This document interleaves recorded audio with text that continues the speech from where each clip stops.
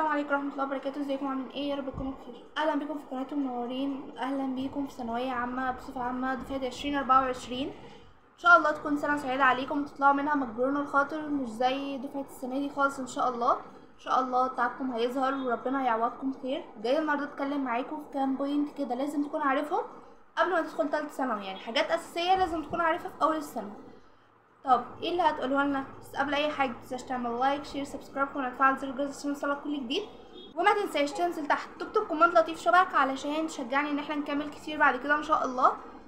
وكمان هنبدا كامبيت من اول السنه زي السنه اللي فاتت ان شاء الله، وهكون معاكم يوم بيوم وهحط لكم اللينكات تحت في الديسكريبشن ادخلوا كلكم علشان نبدا بقى ونبدا ان احنا نحط اهداف من اول 1/9 باذن الله.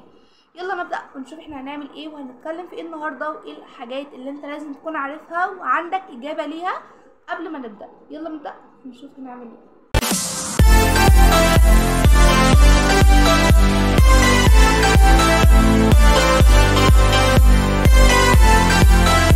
ناس كتيرة سألتني على الفيس وعلى الانستا، هل انا لو كنت في اولى ثانوي وتانية ثانوي ضعيف هل في تالتة ممكن اجيب مجموع؟ ان شاء الله ينزل لكم فيديو على الحوار ده كامل وقصة طالب بدأها من الصفر بجد، يعني مكانش لا يفقه شيء في اي شيء، وصل لمجموع كويس وجاب نتيجة حلوة، وهعرض لكم كل اللي حصل مع نتيجة ثانوية عامة، سواء اللي كان متوقع مجموع قليل وجاب مجموع كبير، واللي كان متوقع نتيجة كبيرة وما جابش وايه اللي حصل وهكذا. بس خلينا نرد على النقطة دي، هل انا لو كنت في اولى ثانوي او تانية ثانوي ضعيف هل في تالتة هجيب؟ هتجيب لو اشتغلت على نفسك، هتجيب لو ما ضيعتش وقت من وقتك، خصوصا ان احنا لسه بنبدأ السنة، يعني لسه بنبدأ خالص. انت لو بدأت من دلوقتي وتأسست بس في المنهج بتاعك هتجيب. هتقولي ازاي وهما بيجيبوا حاجات من بره؟ معلش استنى خلينا نحسبها سوا. هما لما بيجوا يجيبوا لك حاجات من بره بيبقى ب85% من المنهج، 15% من بره.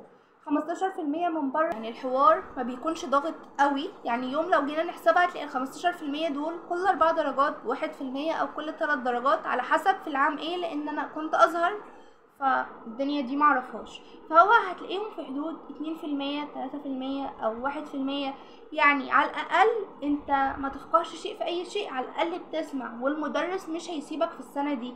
يعني لو في نقطة ليها حاجات في اللي فاتت قوله يا مستر لو سمحت اشرحها لي. المستر اللي يقولك لا ما تكملش معايا، اللي يقولك مش ما كنتش عندي او مش لازم او مش مجبر ان انا اشرحها لك، او روح للي انت كنت عنده او اسال اللي كنت عنده، انت ما تكملش معايا ثانيه واحده، لان هو كده بيهبطك، بيهبط عزيمتك، بيحسسك باللي انت عملته الفتره اللي فاتت. يعني انت كنت ضايع الفتره اللي فاتت، هو بيحسسك بيه، بيعرفك قد ايه انت ضيعت.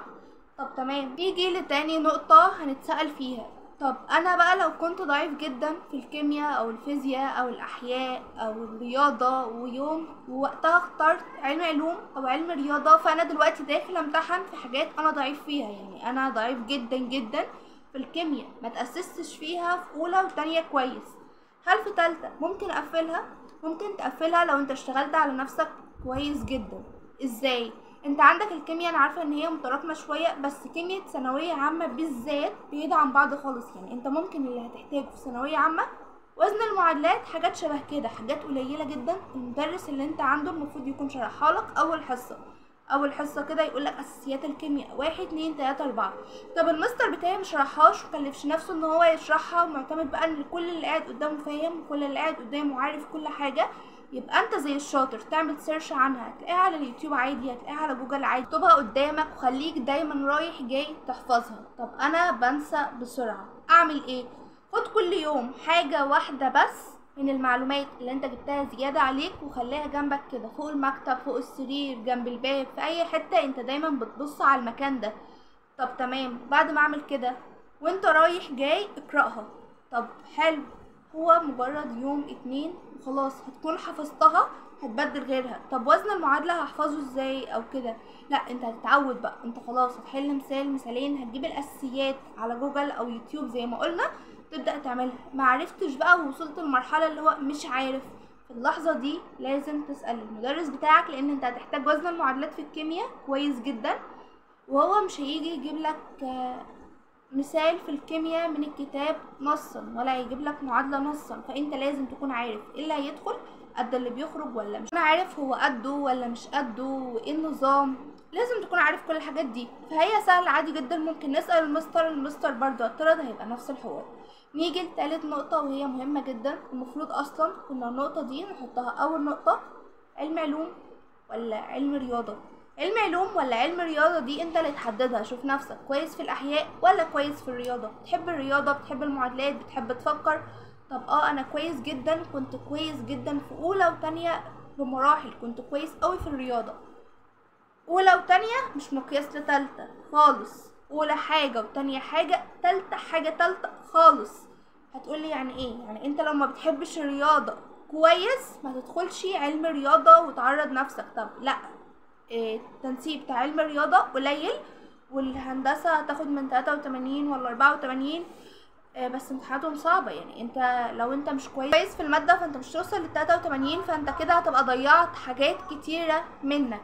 طب ادخل علم علوم يعني لان انا كده كده علمي؟ وقتها علم علوم هتبقى الحل المناسب ليك، او علم رياضة زي ما ترتاح وزي ما تحب. طب الناس الادبي، انت كده اخترت طريقك وريحت نفسك من البداية ومن كل حاجة، مع ان الادبي والله صعب برضو، بس انت بتحب تحفظ كتير. خلاص وصلنا لتالت نقطة وزي الفل. نيجي لرابع نقطة، هل اخد دروس وانزل السناتر، ولا اقعد في البيت واخد اونلاين، ولا اوفر الدروس زي ما ناس كتيرة بتقول دلوقتي وادفعهم واشتري المادة؟ انا هقولك حاجة. اول حاجة نجيبها من الاخر لقدام. اول حاجة اوفر فلوسي وادفعها واشتري المادة. يعني انا نفترض مثلا بحسابات السنة دي بقى، والناس اللي دفعت السنة دي دفعوا 80,000 جنيه خلال سنة ثانوية عامة. طب انا لو اشتريت المواد كلها ب5000 جنيه او 6000 جنيه فانا اللي وفرت. انت وفرت ونجحت وجبت مجموع، بس قدام ربنا هتعمل ايه؟ احنا كلها والله العظيم متر في متر اخرها. طب ايه؟ انت نجحت ودخلت اولى جامعة ودخلت الكلية اللي انت نفسك فيها، يبقى اسمي دكتور. يبقى اسمك دكتور ايه؟ انت هي اول سنة بس اللي اسمك دكتور، والله ما اول سنة، هو اول اسبوع. دكتور راح الدكتور جه بقى اسمه دكتور. انت مش هتعدي اصلا من الميد ترم، مش امتحانات الترم في الجامعة. تلاقي نفسك اتدمرت، نفسيتك اتدمرت لما تجيب صفر. هتجيب في الكويز صفر فهتلاقي نفسيتك اتدمرت اصلا تلقائي، وهتحس بقى ان انا ايه ده، هو انا ده اللي كنت في تالتة ثانوي والناس بيقولوا الدكتور راح والدكتور جه؟ خلاف بقى لو دخلت الامتحانات الترم وجبت مقبول، فايه ده؟ هتحس بقى نفسك لسه تايه. خليك عارف ان الثانوية عامة مش زي كلية. انت لو جبت مجموع قليل ودخلت كلية بمجموعك بمجهودك هتكبر فيها بعدين، هتلاقي ليها مستقبل. لكن انت هتدخل كلية بالفلوس والله ما هتلاقي حاجة. طب هقولك ابسط حاجة، الناس اللي بتدفع 50,000 و60,000 و70,000 في كليات خاصة، هل هم لو اتخرجوا هيشتغلوا في كلية حكومي، في مستشفى حكومي سوري او اي حاجة حكومية؟ لا خالص. هم مش هيشتغلوا غير في حاجات خاصة بس. يعني ايه؟ يعني هما بيبقى اسمهم بس؟ لا، هو مجرد اللقب. انا ابني مهندس، لا انا دكتور، لا بس خاص، يعني مش هيفيد بحاجة. هقول لك ابسط حاجة، بتوع صنايع بيدخلوا خاص، فيها مشكلة؟ طب ما انت ممكن بقى تدخل صنايع وتوفر اصلا ثانوية عامة من اولى ثانوي على اهلك وخلاص. فكده وصلنا ثالث نقطة. طب ماشي، وقفنا عند رابع نقطة وقفنا عندها. طيب طب اخد في البيت ولا انزل سناتر؟ لو انت هتاخد من البيت وهتلتزم كويس مع المدرس فانت وقتك اولى بيه. يعني انت هتنزل بقى الساعة اللي هتلبس فيها وتنزل مواصلات وكل ده. لو هتاخد من البيت بس هتركز وهتراجع كل حاجة فانت اولى وخد من بيتك. طب انا بقى من النوع اللي هو ببقى كسول جدا، يعني لو المدرس كلفني بصفحتين مش هذاكر غير لو المدرس قال لي فين الصفحتين دول. لا، انت في الحالة دي تنزل الدروس عادي خالص، لان ما قدامكش حل خلاف كده. لو ساعة ضايعة رايحة وساعة ضايعة جاية بس اسمك بتذاكر، ده اهم حاجة. نيجي لاخر نقطة بقى، ولو اي حد عنده اي سؤال برضو يكتبه تحت في الكومنتات. انا حاسس من بداية السنة كده ان انا تايه، ان انا مشتت، ان انا مش عارف اعمل ايه، بقيت خايف جدا.